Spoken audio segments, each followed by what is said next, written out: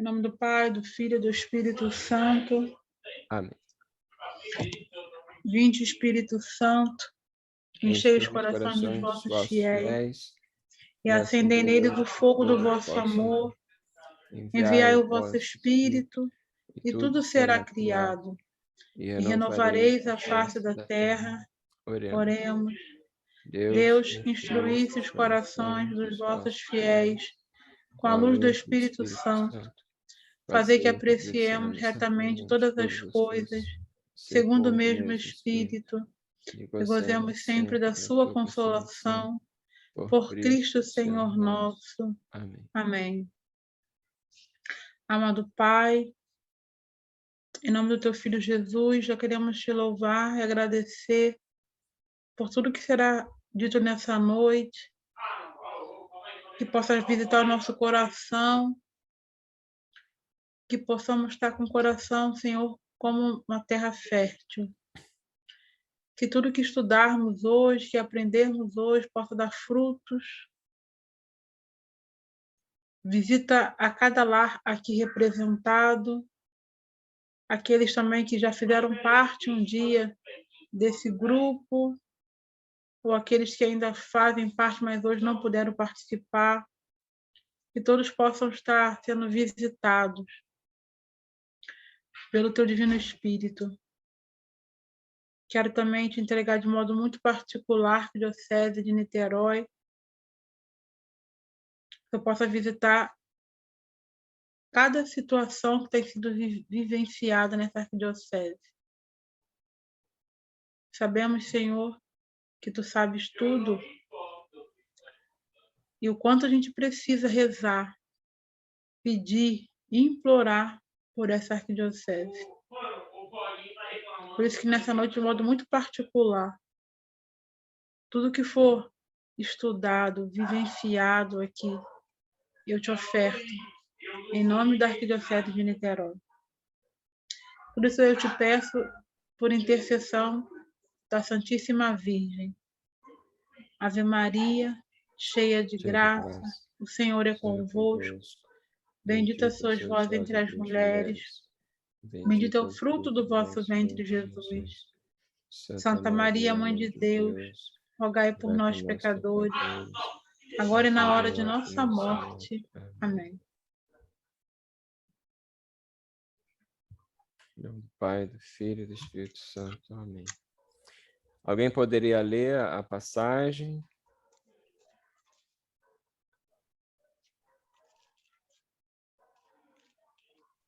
Tá onde a passagem? Pega a Bíblia, tá ali, ó.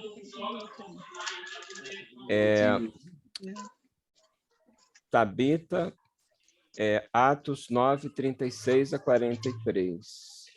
Atos dos Apóstolos.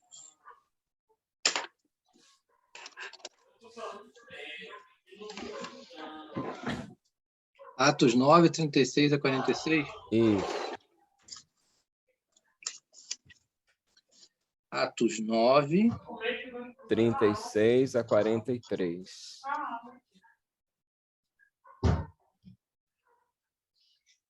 trinta e 36 a 43? Isso. 36 a 43. Vamos lá. Em Jope havia uma discípula chamada Tabita, que quer dizer gazela. Ela fazia muitas obras boas e dava esmolas. Aconteceu que naqueles dias ela adoeceu e morreu. Depois de a levarem, colocaram-na no andar de cima da casa. Ora, Jope fica perto de Lida. Os discípulos, ao saberem que Pedro estava lá, enviaram-lhe 2 homens com o seguinte pedido: não demores a vir ter conosco. Pedro partiu com eles. Logo que chegou, conduziram-no para o quarto onde ela estava. Todas as viúvas o cercaram e, chorando, mostraram as túnicas e os mantos que, em vida, Tabita fazia para elas. Pedro mandou que todos saíssem, pôs-se de joelhos e orou.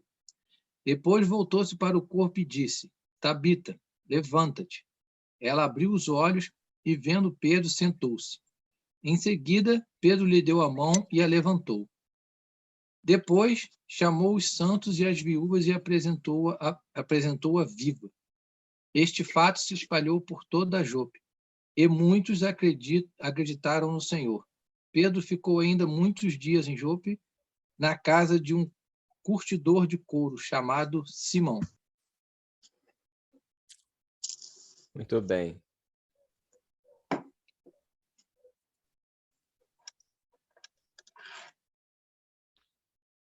É a Tabita aí? É. E a outra? Vai comentar? Não, parece que... Não, você pode comentar. É porque, assim, Tá. a gente sempre que a gente leu essa passagem, ou algumas vezes, né, na Santa Missa, que a gente já escutou, a gente sempre via o lado de Pedro, né? É que ele sempre se destacou mais em termos, porque foi a mulher que ele rezou, curou, ressuscitou, tudo isso. E hoje a gente vai olhar para um outro lado, né? Mas pode começar, Gilson. Tá, eu vou ler aqui o que eu separei. É algo bem curto. Jope é um porto, né, que fica no mar Mediterrâneo, que na época era o principal porto da Palestina. E tinha uma grande quantidade de viúvas. Durante a estação do mau tempo, muitos dos pescadores naufragavam e afogavam-se. Essas mulheres haviam perdido não só os maridos, mas a sua fonte de receita. Não havia qualquer segurança social naqueles tempos, mas isso, na verdade, não se tornava necessário, pois, repetidamente, Deus tinha dito ao seu povo que cuidasse das viúvas e dos órfãos. Isso está em Êxodo 22, de 22 a 24.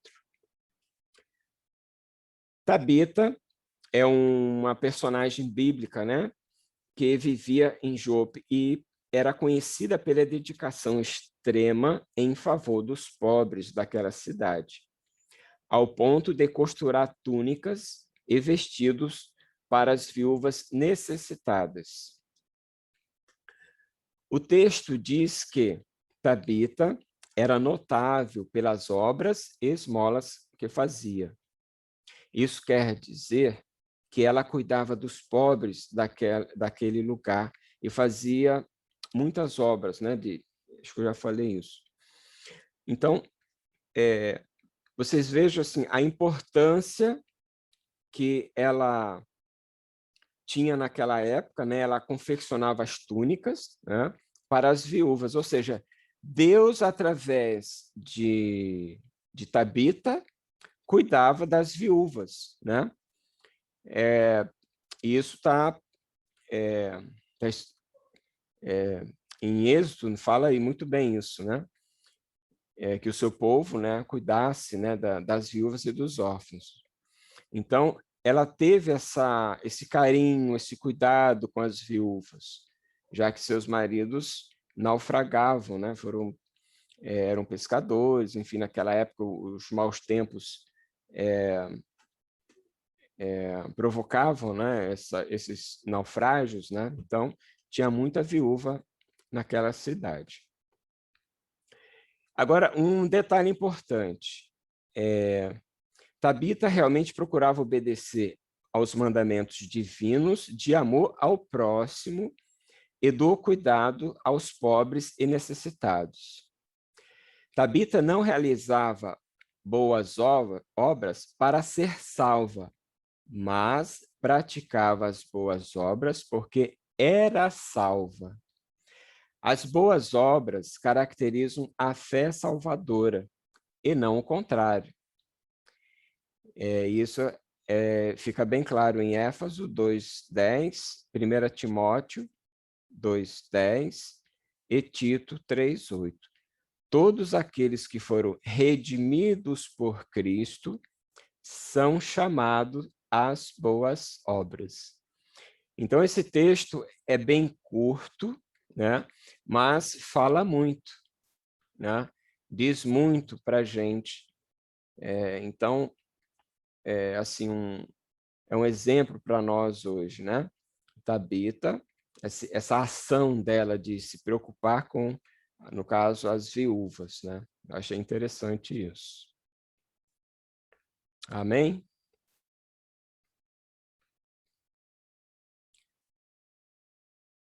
Se alguém não for mais partilhar, se for, fica à vontade, aí a gente vai para a sequência, né?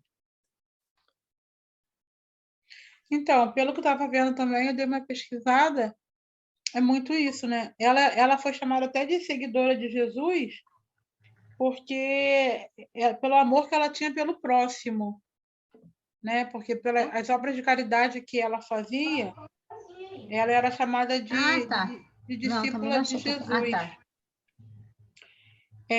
Foi até em Lucas, nesse estudo que eu fiz, fala que Lucas que chamou ela de seguidora, de discípula, né? Que era um tipo de pessoa de mulher que qualquer pessoa queria ter perto, porque a preocupação dela com o outro demonstrava o amor que ela tinha a Jesus, né? Que ele amai-vos uns aos outros como a mim mesmo, né? Como a mim mesmo. Então, acho que assim, não consegui tirar mais do que isso, porque além de ser um texto muito pequeno, mas fala isso, né? Das obras de caridade que ela tinha, né? Que ela fazia.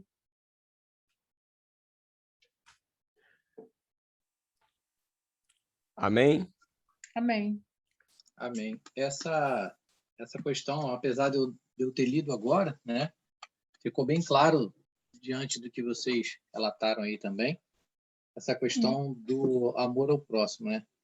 A gente viu, né, que o verdadeiro exemplo, né, de amor ao próximo, a gente sempre costuma dizer, trazendo aqui para o mundo de hoje que a gente vive, a questão de que muitas vezes quando uma pessoa ela é do bem, tem um coração bom, tal, as pessoas atribuem muito isso à família, né?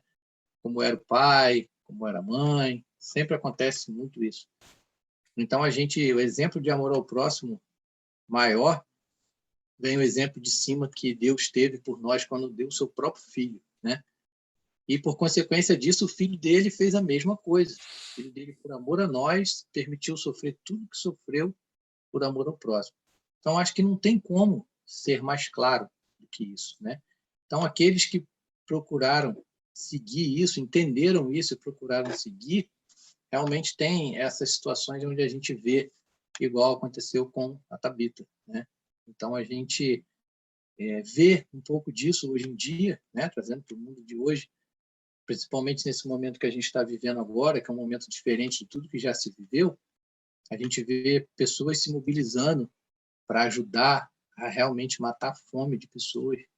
A gente vê gente organizando, pedindo as coisas e organizando a cesta básica com tanto carinho, sabe? Eu vi um garoto de 11 anos de idade, ajudando, todo feliz que podia ajudar.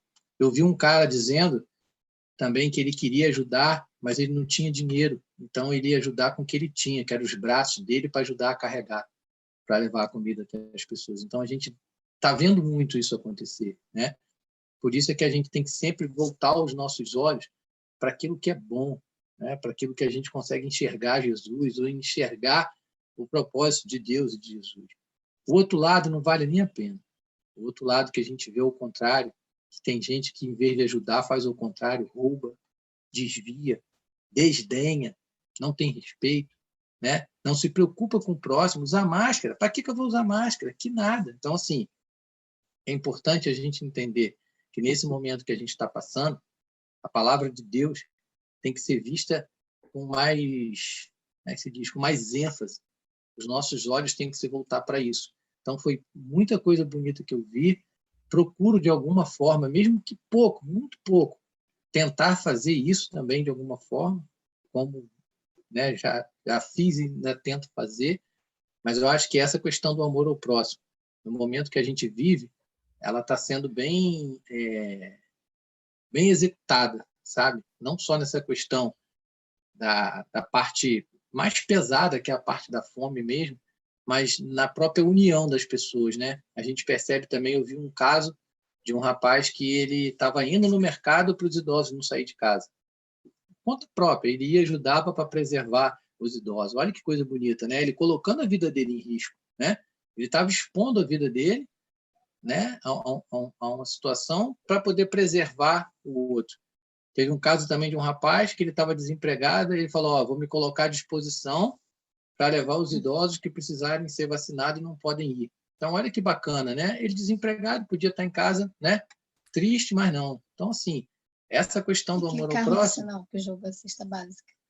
Essa questão do amor ao próximo, a gente está vendo assim acontecer muito, muito mesmo, e está sendo assim uma prova maior de que as pessoas que estão executando isso, com certeza, estão se lembrando, né, da maior prova de amor que Deus deu e que o próprio Jesus deu para a gente. Assim como Maria também, né?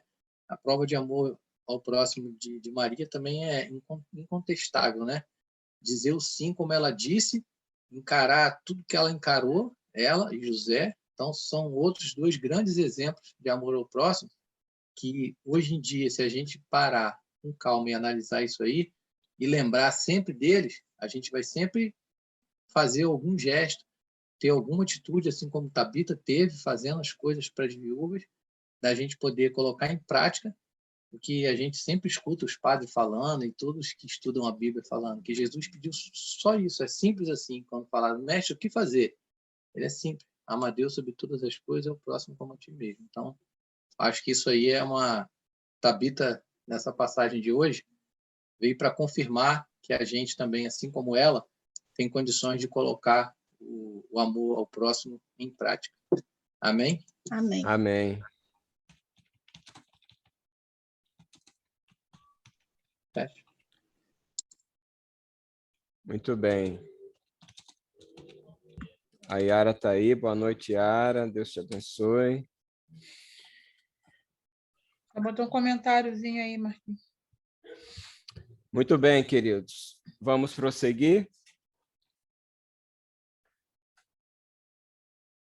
Sim ou não? A próxima é Lídia.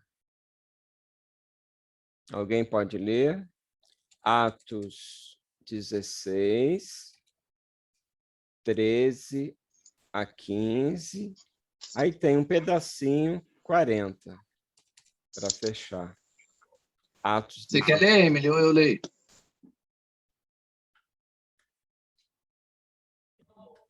Pode ler, Marquinhos. 16 o quê?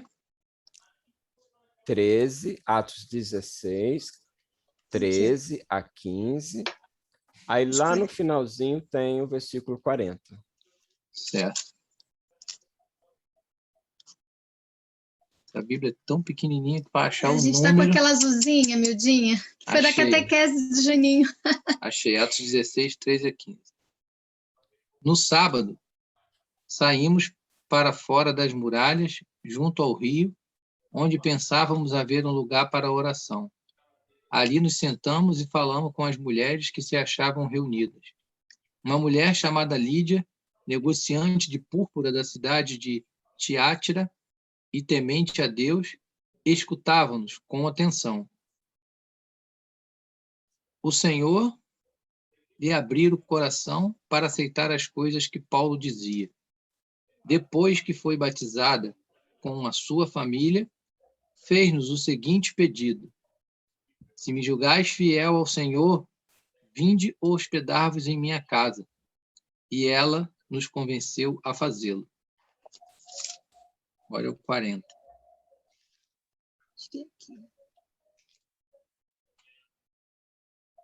Paulo e Silas saíram do cárcere e foram à casa de Lídia. E depois de verem e confortarem os irmãos, partiram. Muito bem. Eu vou comentar aqui o que o Papa falou sobre esse assunto. Esse capítulo 16, vocês vão ver aqui, tem 3 acontecimentos, né? Então, o Marquinho leu de 13 a 15, que é sobre a Lídia. Mas eu vou ler aqui na íntegra, tá? Então, lendo os Atos dos Apóstolos, se vê como o Espírito Santo é protagonista da missão da igreja. É ele que guia o caminho dos evangelizadores, mostrando a eles o caminho a seguir.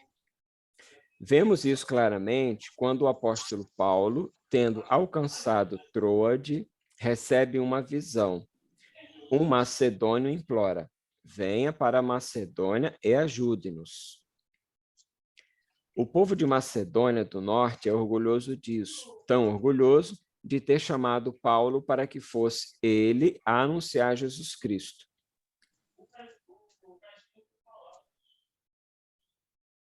O apóstolo não hesitou e partiu para a Macedônia, certo de que foi o próprio Deus quem o enviou. E chega a Filipos, colônia romana, pela via Egnátia, para pregar o evangelho. Paulo permanece ali por vários dias. 3 acontecimentos caracterizam sua estadia em Filipos. Durante esses 3 dias, 3 eventos importantes. Primeiro, evangelização e batismo de Lídia e sua família. Segundo, a prisão que ele sofre juntamente com Silas, e depois de ter exorcizado uma escrava explorada por seus senhores. E terceiro, a conversão e o batismo de seu carcereiro e sua família. Agora eu vou falar só do que se refere a Lídia. Então, o evangelho se dirige, antes de tudo, às mulheres de Filipos, em particular a Lídia, uma mercadora de púrpura da cidade de Tiatira, crente em Deus, a quem o Senhor abre o coração para aderir às palavras de Paulo. Isso está em Atos 16, 14. Lídia, de fato, acolhe Cristo, recebe o batismo junto com sua família e acolhe aqueles que são de Cristo, recebendo Paulo e Silas em sua casa, que é aquele versículo 40, Marquinhos. Aqui temos o testemunho do desembarque do cristianismo na Europa, o início de um processo de enculturação que dura até hoje. Esse processo entrou pela Macedônia.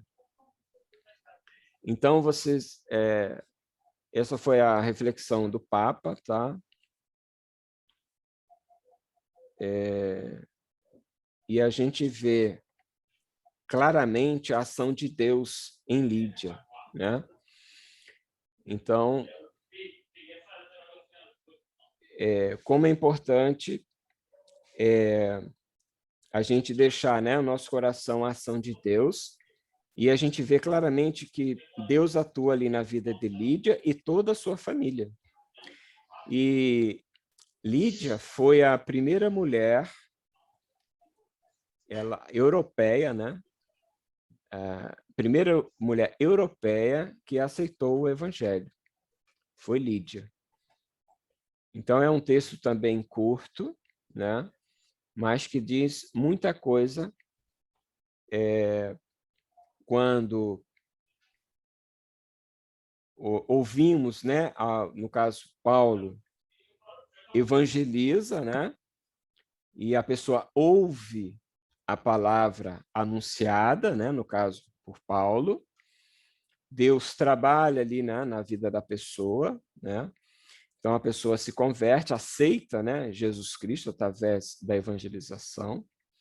E olha o que acontece de legal. Não só a pessoa que ouve, que aceita, mas uma família toda acredita, né? Acredita em Jesus Cristo através da evangelização. Então, o que ficou claro em Lídia, nessa passagem, é a evangelização, a ação evangelizadora, né?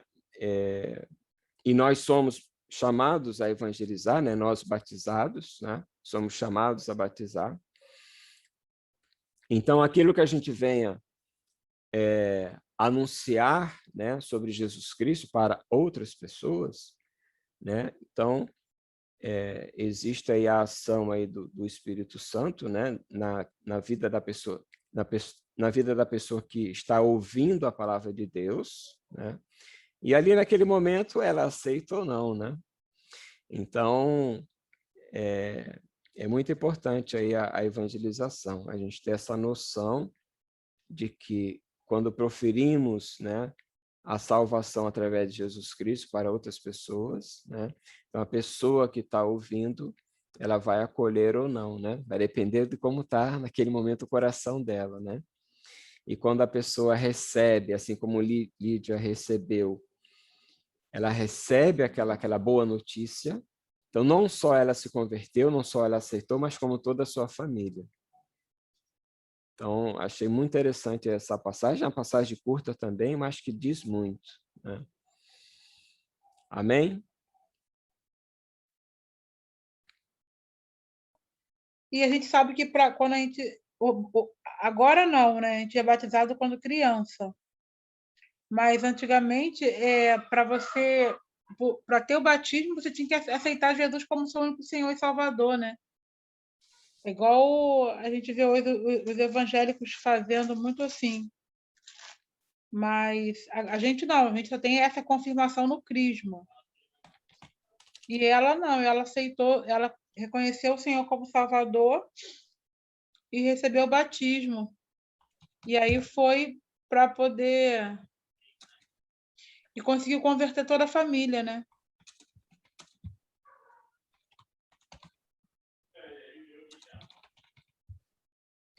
Isso aí.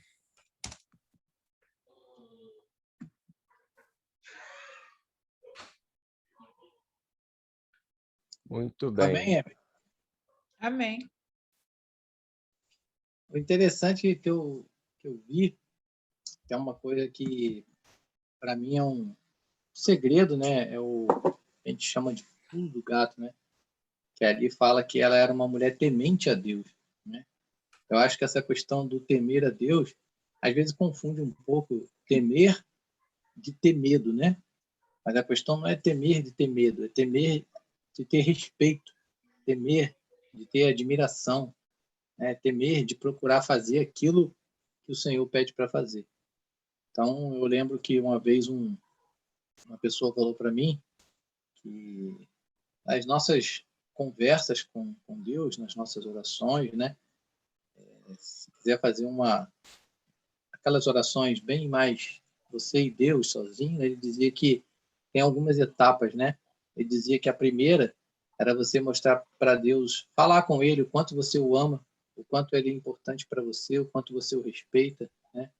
A segunda seria você pedir perdão pelos seus pecados, reconhecer diante de Deus toda a sua fraqueza, né? Toda a sua miséria.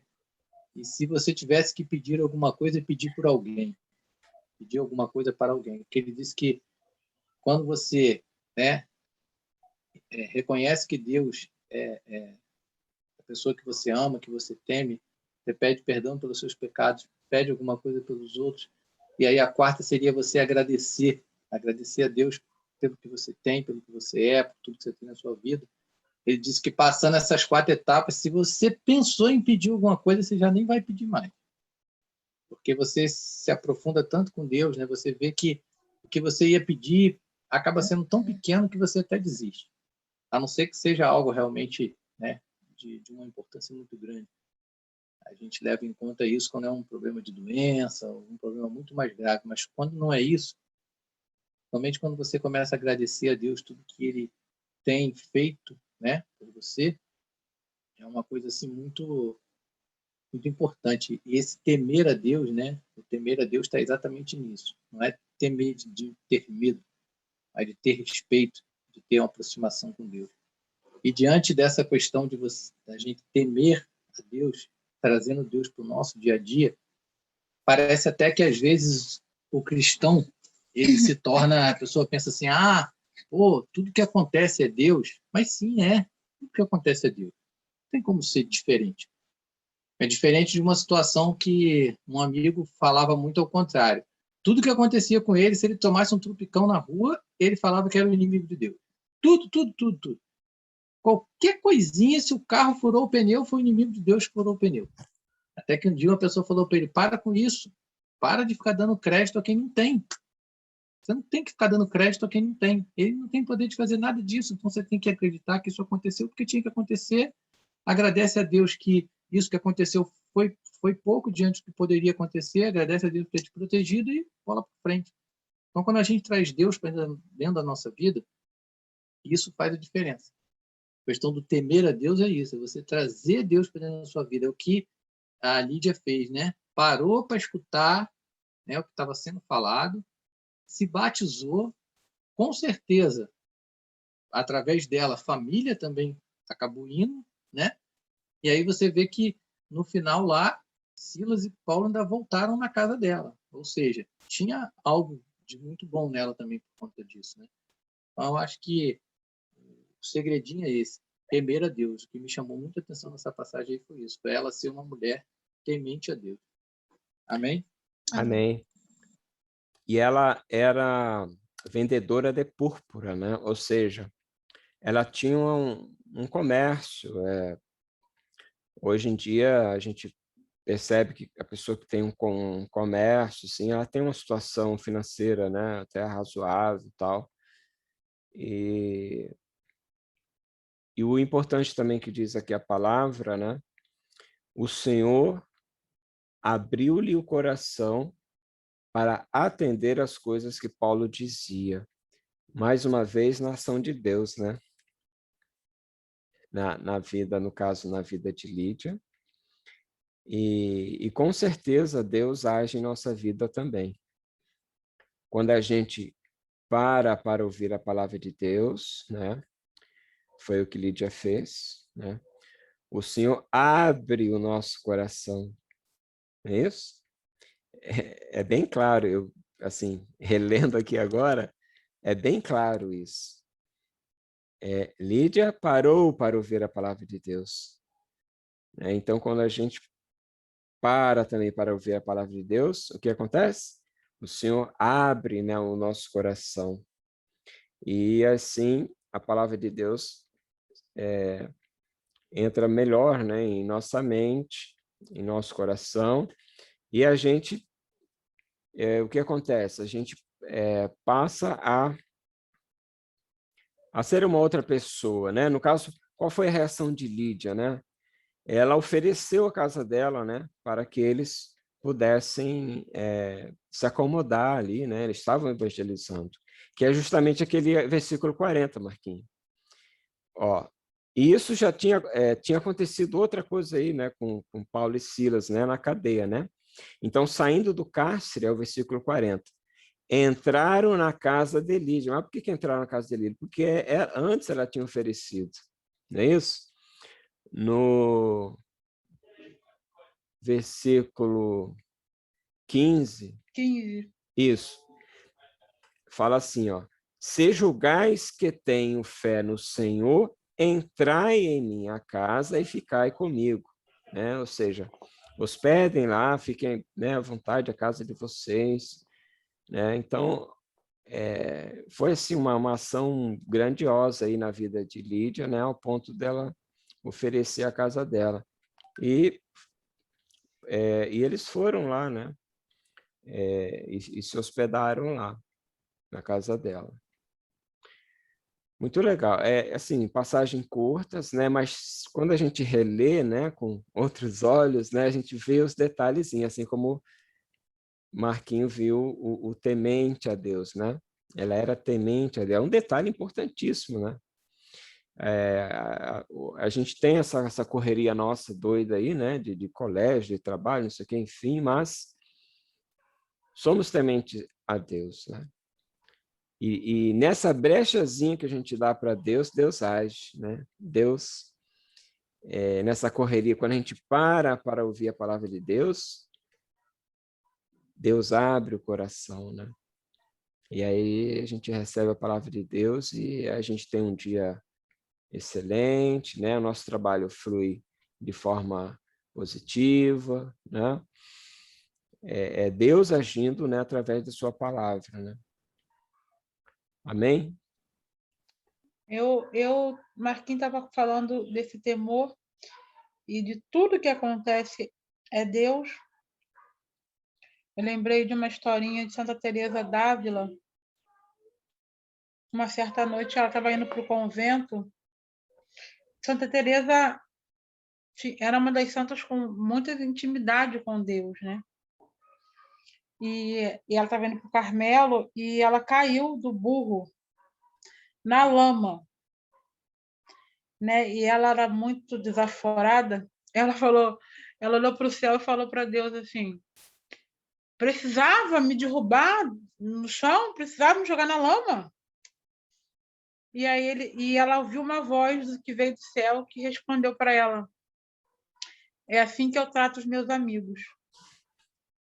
Aí ela respondeu para ele: então não me admira de ver que tem tão poucos amigos, né? Porque assim, ela tinha tanta intimidade com Deus que ela sabia quando era ele, quando que não era, e ela sabia como falar com Deus também. E ele era assim, ela e São João da Cruz era muita intimidade. O que me fez lembrar isso? Que tudo que a gente passa é Deus. Tudo que a gente passa. São Paulo fala isso. Tudo acontece por bem. Tudo, tudo. Acabou a luz, tropeçamos, bateu o carro. Tudo foi Deus. Tudo. Porque, assim, algo pior podia acontecer. O Senhor não permitiu que aquilo acontecesse. Né? E Santa Teresa, muito mal criada, Frazão tivesse aí ia falar muito bem dela, porque ele gosta muito dela. Ela falou para ele assim, né, não me admira que tem tão poucos amigos, porque até a gente saber ter um grau de intimidade e conversar com Deus, como estivesse falando com um amigo, Tétia, sabe assim, na mesma linha, sem aquela autopiedade, ai, Senhor, não, sabe assim, ela era muito de amizade mesmo, assim, de falar normal, como se estivesse conversando com um amigo do lado dela. Tanto é que ela grita: tinha que me derrubar, tinha que fazer eu cair na lama. E ele fala: é assim que eu trato os meus amigos. E ela responde para ele: então não é à toa que tem tão poucos amigos, né? Porque as pessoas não entendem que tudo é Deus. As pessoas não conseguem absorver que tudo é Deus, sabe? Às vezes para a gente é complicado, né? Humanamente falando, é muito complicado ver que tudo é Deus, né? Numa doença, quando a gente perde alguém que a gente ama, quando a gente não acontece da maneira que a gente quer, né? Tem que ver que tudo é Deus, e aí só o tempo que nos ensina, né? Nos faz amadurecer para poder a gente saber realmente esse grau de intimidade, né? E essa questão, Emily, de você falou de tudo ser Deus, né? Assim como essa santa falava com Deus desse jeito, às vezes eu me pego também em algum momento conversando com Deus de uma forma mais direta, né? Na verdade, eu acredito até que é isso que Deus espera um pouco da gente, né? Não só o respeito na hora de falar com Ele, de se dirigir a Ele, mas num momento talvez até de explosão sua, né? Que é o momento onde você mais talvez às vezes fale o que você não queria ou acaba falando de um jeito que você não deveria, né?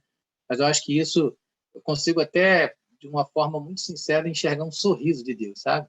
Enxergar um sorriso dele, sabendo que a gente é fraco, que a gente é uma misericórdia mesmo dele. E eu falava com 2 amigos do Juninho que se declaravam ateu, né? Eu consegui conversar com eles e mostrar para eles que a única coisa que a gente só vai perder 100% de certeza de perder é de você não crer em Deus, né? Porque quando você crê em Deus, você não perde nada. Eu ainda falei com eles, vamos olhar por uma forma humana, por uma forma até querendo ser aquelas pessoas que só querem levar vantagem, ou aquelas pessoas que não gostam de perder nada, né? Crer em Deus, você nunca vai perder nada. Por mais que quando acabar a sua vida aqui nessa terra, você chegar do outro lado lá e Deus realmente não existir, você perdeu o quê quando você acreditou nele? Você não perdeu nada. Você só procurou viver da melhor maneira possível, fazendo bem, praticando bem.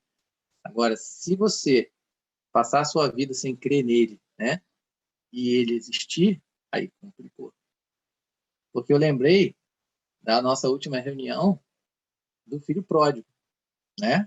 O que acontece?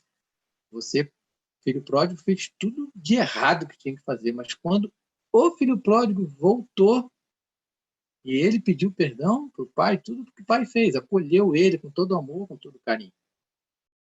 Então você, independente da religião que a pessoa tenha, se ela crê em Deus, né, se ela se volta para Deus, né, a misericórdia de Deus é muito grande. Agora, no momento que você não crê, aí está o problema. Porque o pai aceitou o filho pródigo porque o filho pródigo voltou. Ele fez um monte de coisa errada, mas ele voltou, né?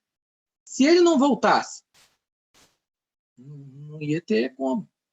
Então, quando você se intitula que não acredita em Deus, como é que você vai ter, como é que você vai estar no reino do céu depois se você decidiu não crer em Deus?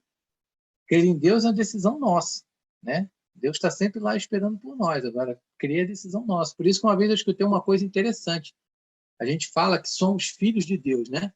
Somos filhos de Deus porque queremos ser. Na verdade, todos nós somos criatura de Deus. Filho de Deus, a decisão é nossa.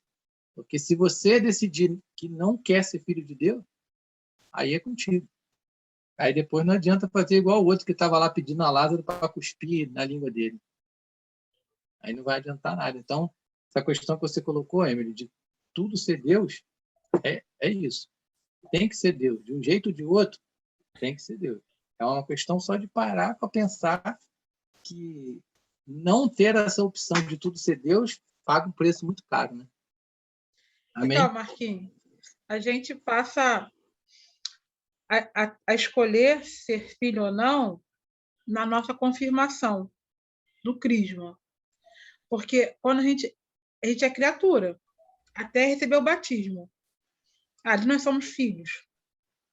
Aí sim, nós vamos ter escolha quando a gente tiver entendimento de ser ou não ser. Aí vai ser uma decisão nossa, entendeu? Mas quando a gente passa a ser... O batismo nos faz filho. Ponto. Ali nós somos filhos de Deus. Passamos de criatura a filho de Deus. Então, como nós fomos batizados quando criança, né, os nossos pais que nos levaram estão ali. Por isso que tem o crisma, que é a confirmação disso aí que você está falando. Que o crisma é uma decisão nossa. Entendeu? Por mais que às vezes a gente obrigue os nossos filhos, mas o crisma é uma decisão nossa. Assim. Não, eu tenho entendimento suficiente e confirmo. Tanto é que o padre pergunta naquelas confirmações todas do crisma. Entendeu?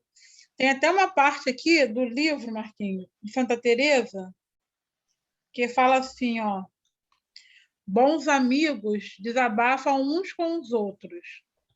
Se você estiver passando por provações, grandes ou pequenas, que sejam, abra-se com Deus como um amigo sem máscara.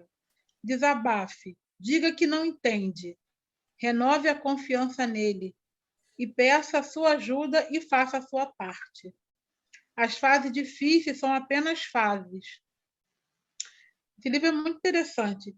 E eu também sou muito assim, sabe? Assim, eu gosto muito de quando eu estou rezando, quando eu estou falando, eu gosto muito de ser eu mesma, sabe? Assim, eu falo do explosiva, eu uso talvez palavras não inadequadas, tento, mas não como... É porque assim, se eu estivesse falando com você, seria dessa forma. Então eu falo da mesma forma com Deus, sabe assim? Às vezes as pessoas falam que você é louca mesmo, né? Porque eu falo assim mesmo, eu brigo, eu reclamo, da mesma maneira que se eu estivesse reclamando com um amigo do meu lado, eu falo com Deus assim, porque eu acho que é assim que ele me vê.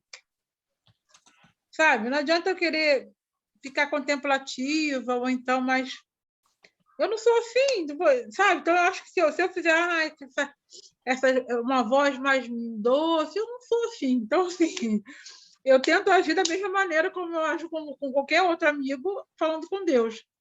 Eu sou muito dessa forma, assim. Aprendi muito assim. E não adianta, não adianta. Deus me vê.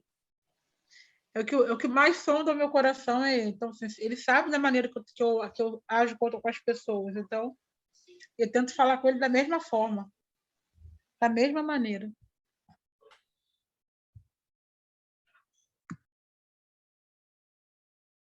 Amém?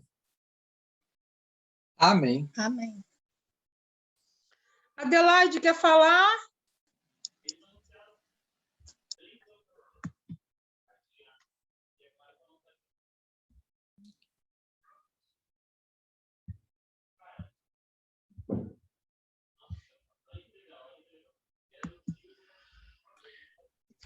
Muito bem, queridos. Oi, Adelaide está só falando. quero aprender. Emily, só quero Oi, aprender. querida. Por enquanto, ainda não estou bem familiarizada ainda com a sala de bate-papos, mas é muito bom ouvir vocês, tá? Que bom, querida. Muito bom ter você com a gente, viu? Tá, beijo.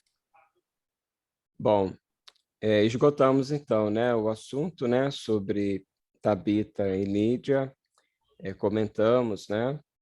Agora a gente pode encerrar, né, com uma oração, e aí em seguida a gente fica à vontade aí, né? Aproveitando aí o finalzinho de sexta. Pode ser? Então vamos encerrar esse encontro. Graças a Deus, mais um encontro, né, que Deus preparou para nós, né? Eu tenho certeza disso, né? Então vamos pedir, né, também nós hoje ao Espírito Santo um coração aberto, né, sensível a Deus e hospitaleiro para com os irmãos, como o de Tabita e Lídia, que hoje partilhamos aqui nesse encontro. Ave Maria, cheia de graça, o Senhor é convosco, bendita sois vós entre as mulheres, bendito é o fruto do vosso ventre, Jesus. Santa Maria, Mãe de Deus, rogai por nós, pecadores, agora e na hora de nossa morte. Amém. Estivemos reunidos em nome do Pai, e do Filho, e do Espírito Santo. Amém.